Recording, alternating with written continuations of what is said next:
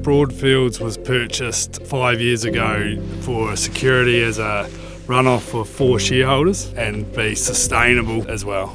We've decided to go all fodder beet for purposes of environment and also purely to be able to run such a high stocking rate. We need to only use about 107 hectares.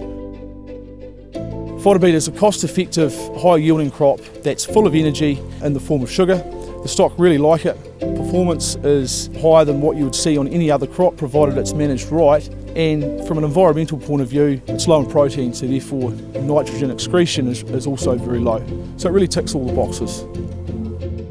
To get the 2.6 million tonnes of dry matter, we have to be reaching an average of 25 tonne fodder beet yields to be sustainable.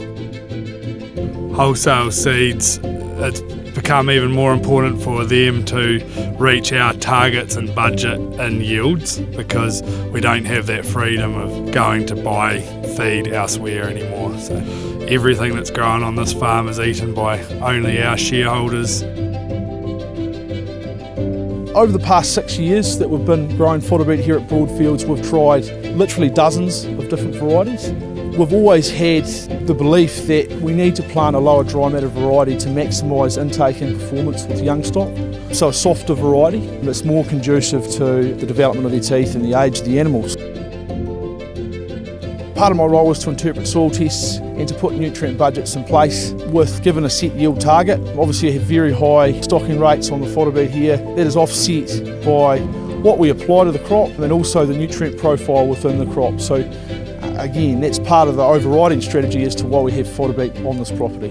In 2030, as a district, we've got to drop our N-loss into water by 30%. The research has shown that fodder beet is a lot less nitrogen leached into the ground than what kale, for instance, is. And obviously fodder beet is conducive because it is a low protein feed, because it's full of water and intakes are high. First of all, there's less nitrogen in the urine and it's more diluted because there's more water coming out. So there's certainly a focus on that. Me and Paddy have probably known each other for about 15 years. I quite like the discussions you have with him. He quite always thinks he's right, but sometimes we can prove that he's wrong. Fraser and I have what I would call a robust relationship. It goes a long way back. And I think that we're both very competitive. We like to challenge each other. It certainly doesn't go without debates or critical discussions, but we're both progressive and we're working towards a common goal. And I think that's what really enhances the performance of this farm.